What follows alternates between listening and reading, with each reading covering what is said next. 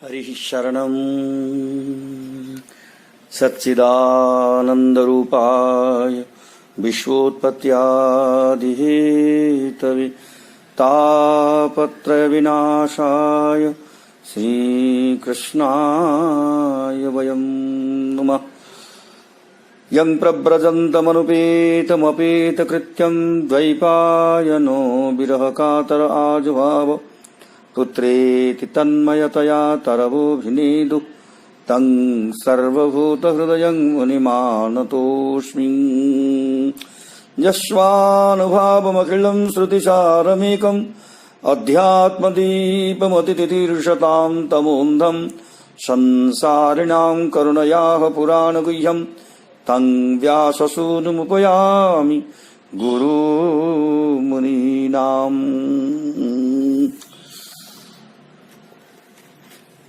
जय श्री कृष्ण। आज का प्रसंग है हस्तिनापुर रमणियों का संजल्पमय स्तव। हस्तिनापुर में शरसज्जा पर श्री भीष्म पितामह अपने सन्मुख साक्षात खड़े परब्रह्म स्वयं भगवान श्री कृष्ण की स्तुति करते हुए सबके देखते देखते उनके परम धाम को चले गए। कुंती, उत्तरा, द्रौपदी तथा पांडवों के समस्त कष्ट निवृत्त हो जाने पर अजात शत्रु महाराज युधिष्ठिर निष्कंटक सम्राट राजगद्दी पर विराजमान हो गए।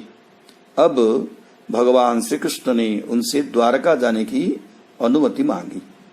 न चाहते हुए भी श्री युधिष्ठिर ने उन्हें प्रस्थान करने की स्वीकृति देते हुए उन्हें हृदय से लगाया। छोटे बड़े समान वयस वालों से श्री भगवान यथा योग्य मिले, यथा समय अपने रथ की तरफ चले। सुभद्रा, द्रौपदी, कुंती, उत्तरा की विरहावस्था का क्या कहना है। महाभारत युद्ध में विपक्षग्राही गांधारी धृतराष्ट्र का पुत्र युयुत्सु, कृपाचार्य आदि भी विरह से मूर्छित से हो रहे थे। जब भगवत भक्तों का विच्छेद प्राणहारी दुख का रूप धारण कर लेता है, तब साक्षात श्री भगवान के साथ अनेक काल तक उठने बैठने, मिलकर खाने पीने, दर्शन स्पर्शन तथा मधुर आलाप करने वालों से जब वे दूर प्रस्थान कर रहे थे, वहां के आबाल वृद्ध नर नारियों की विरह वेदना का क्या मापदंड है। यात्रा में अशगुन की आशंका से सबने आंसुओं को बड़ी कठिनाई से रोके रखा। मृदंग, शंख, भेरी, विविध वाद्य बजने लगे। श्री कृष्ण के दर्शन के लिए कुरुवंश की रमणियां अट्टरियों पर चढ़ गई। प्रेम, लज्जा एवं मुस्कान भरी चितवन से उनका दर्शन कर पुष्प वर्षा करने लगी, ताकि किसी प्रकार अपने मधुर मनोहर मुखारविंद को ऊपर उठाकर वे उनकी ओर देखें। श्री कृष्ण सखा अर्जुन ने मोतियों की झालरों से शोभित सफेद छत्र, जिसका रत्न जड़ित डंडा देखते ही बनता था, अपने हाथ में धारण कर रखा था। श्री उद्धव सात्यकी दोनों तरफ विचित्र चंवर डुला रहे थे। भगवान के चारों ओर चलते हुए ब्राह्मण गण अपने स्वभाववश उन्हें आशीर्वाद दे रहे थे। ओहो, निखिल ऐश्वर्य माधुर्य परिपूर्ण स्वरूपतः माया गुणातीत परब्रह्म स्वयं भगवान के प्रति उन ब्राह्मणों का क्या आशीर्वाद। कहने के तो बड़ा असंगत और अनुचित लग रहा था, किंतु प्रेम वशीभूत कल्याण गुणगणालंकृत माधुर्य मूर्ति श्री कृष्ण को बड़ा सुहावना लग रहा था।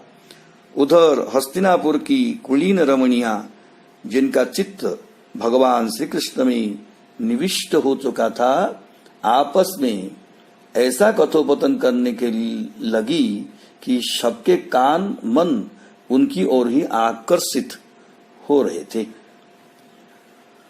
उनका कथोपकथन क्या था? परब्रह्म स्वयं भगवान श्री कृष्ण के स्वरूप तत्व का अनुपम उद्घोषण था। स वै किलायं पुरुषः पुरातनो य एक आसीद विशेष आत्मनि अग्रे गुणेभ्यो जगदात्मनीश्वरे निमीलितात्मन्निसि सुप्त शक्तिषु स एव भूयो निज वीर्य चोदिताम् स्वजीव मायां प्रकृतिं सिसृक्षतीम् अनाम रूपात्मनि रूपनामनि विधि समानोनुसार शास्त्र कृतुम। हस्तिनापुर की रमणियां परस्पर कहने लगी, सखियों निश्चय वह पुरातन सबके आदि पुरुष हैं।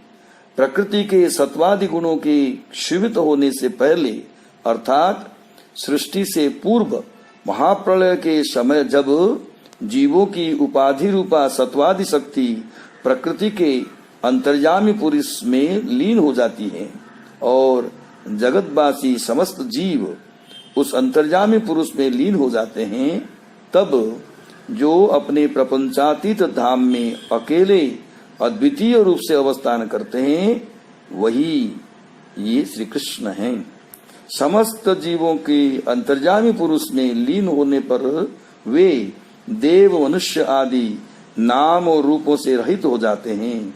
उन जीवों को पुनः नाम रूप देने की इच्छा से शास्त्रकर्ता यही श्री कृष्ण ही अपने प्रेरणा तथा अपनी शक्ति के संसार से जीवों को मोहित करने वाली और सृष्टि रचना की अभिलाषी त्रिगुणमयी बहिरंगा शक्ति का पुनः अनुसरण करते हैं, माया की ओर दृष्टिपात करते हैं। पूज्यपाद जीव गोस्वामी यहाँ कहते हैं, उपरयुक्त दोनों श्लोक हस्तिनापुर की जिन नारियों द्वारा कहे गए हैं वे शांत रतिमती नारियां हैं, अर्थात उनमें भगवान श्री कृष्ण का ऐश्वर्य ज्ञान ही प्रधान है। वे श्री कृष्ण को ही जगत का सृष्टि स्थिति और लय करता मानती हैं। उनमें प्रेम का माधुर्य भाव का अभाव है। ये पुरातन या सर्वादि पुरुष श्री कृष्ण कहाँ रहते हैं जब इस सृष्टि का महाप्रलय में ध्वंस हो जाता है। जीवात्मा तो अजर अमर है, वो तो ध्वंस होता नहीं। महाप्रलय में सृष्टि के असंख्य जीव कहाँ चले जाते हैं, कैसे उनका अस्तित्व बचा रहता है और उनके अस्तित्व का क्या रूप होता है। महाप्रलय के बाद फिर सृष्टि कैसे पैदा होती है। इन सब प्रश्नों का उत्तर इन रमणियों के कथोपकथन से मिलता है। उन रमणियों ने कहा, जो सनातन आदि पुरुष हैं, सर्व कारण पर ब्रह्म भगवान हैं, निश्चय ही ये श्री कृष्ण वही हैं। वही से तात्पर्य है कि महाप्रलय में जब समस्त जीव, समस्त लोक, ब्रह्मा शिवादि देवगण और असंख्य जीवों की सृष्टि नष्ट हो जाती है, तब यही पर ब्रह्म स्वयं भगवान अपने चिन्मय वैकुंठ धाम में अकेले अवस्थान करते हैं। अकेले का अभिप्राय है कि अपने स्वरूपभूत लीला परिकरों के साथ विविध लीला करते हुए अवस्थान करते हैं। जैसे यहाँ हस्तिनापुर में अपने परिकर भक्तों के साथ विविध क्रीड़ा कर रहे हैं। उस महाप्रलय में ब्रह्मा शिव आदि तथा विश्व का मायिक उपादान अर्थात पंचभूतादि कुछ भी नहीं रहता। इनका चिन्मय धाम रहता है, उसमें यही श्री कृष्ण अपने परिकरों सहित अवस्थान करते हैं। प्रलय के समय समस्त जीव सूक्ष्म रूप से अपने अपने कर्मों के फल का अवलंबन करके अंतर्यामी ईश्वर अर्थात कारण समुद्रशाही प्रथम पुरुष महाविष्णु में लीन हो जाते हैं। उस समय जीवों के नाम रूप शरीरादि जो उपाधि रूप हैं कुछ भी नहीं रहते। देवता, मनुष्य, तिर्यक आदि कुछ परिचय नहीं रहता, किंतु उनके कर्मफल भोग और अविद्या महाप्रलय में भी नष्ट नहीं होते। तो क्या कर्मफल एवं अविद्यायुक्त जीव ही अंतर्यामी ईश्वर में लीन हो जाते हैं? उत्तर में कहते हैं, कर्मफल तो रहता है उनके साथ, किंतु अविद्या ईश्वर में लय नहीं होती। सुप्त शक्तिषु अर्थात जीवों की जीवोपाधि रूप जो आध्यात्मिक शक्ति हैं या सत्वादि शक्ति हैं निद्रित या लय हो जाती हैं। उस शक्ति की लयता को ही जीव का लय या लीन होना कहा गया है। इस प्रकार जब समस्त जीव समूह प्रकृति के अंतर्यामी कारण समुद्र साई में लीन हो जाते हैं, तब वह अंतर्यामी ईश्वर भी अपने अंशी इन स्वयं भगवान श्री कृष्ण में लीन हो जाते हैं। इस प्रकार वे स्वयं भगवान सृष्टि के पहले पूर्ववत अकेले ही रह जाते हैं और अपने मायातीत चिन्मय वैकुंठ धाम में परिकरों के साथ नित्य निवास करते हैं। महाप्रलय के बाद पुनः जब स्वयं भगवान सृष्टि की लीला करने की इच्छा करते हैं तो सर्वप्रथम वे आदि अवतार के रूप में अर्थात कारण समुद्र साई नारायण रूप में आत्म प्रकट करते हैं। महाप्रलय के समय उनकी बहिरंगा शक्ति प्रकृति या प्रधान साम्यावस्था में शांत निष्क्रिय रूप में ही रहती है। उस प्रकृति में यही श्री कृष्ण कारण समुद्र साई पुरुष रूप से दृष्टिपात करते हैं और उसमें अपनी चित शक्ति भी संचार करते हैं। तब वह जड़ प्रकृति सृष्टि करने की उपयोग्यता प्राप्त करती है तथा उसमें सृष्टि करने की इच्छा भी जाग उठती है। उसमें जीवों को मोहित करने की शक्ति भी आ जाती है। उस समय स्वयं भगवान समस्त जीवों को अंतर्यामी ईश्वर से बाहर करते हैं और उनके कर्मफल भोग के उपयुक्त शरीर तथा नामादि भी प्रदान करते हैं। कर्म के फल को भोगे बिना कर्म का नाश नहीं होता। शरीर या भोगायतन की प्राप्ति के बिना कर्म फल का भोग भी संभव नहीं है। भोग के लिए भोग्य पदार्थों की भी आवश्यकता है। संसारी जीवों का देह भी प्राकृत है, भोग्य पदार्थ भी प्राकृत है और कर्म फल भी प्राकृत है।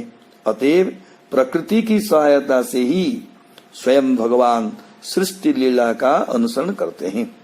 अनुसरण का तात्पर्य है कि जैसे पहले सृष्टि कार्य हुआ था पुनः उसी प्रकार सृष्टि की रचना माया द्वारा कराते हैं। सृष्टि प्रवाह अनादि है। पहले सृष्टि होती है, फिर महाप्रलय, फिर सृष्टि। इस प्रकार श्री भगवान माया के द्वारा सृष्टि रचना कराते हैं। वे मायातीत रहकर एवं माया के अध्यक्ष रूप से शास्त्रकर्ता या शास्त्र के संविधान की रक्षा करते हुए माया को संचालित करते हैं। इस समस्त सृष्टि लीला क्रम को जो वास्तव में अनादि बहिर्मुख जीवों के प्रति स्वयं भगवान की अहित की कृपा का द्योतक है, ध्यान में रखकर हस्तिनापुर की रमणियों ने कहा, सखियों ये श्री कृष्ण निश्चय ही वही पुरातन पुरुष हैं। जय श्री कृष्ण। स्मरणं हरिस्मरणं हरिस्मरणं हरिस्मरणं हरिशरणं हरिशरणं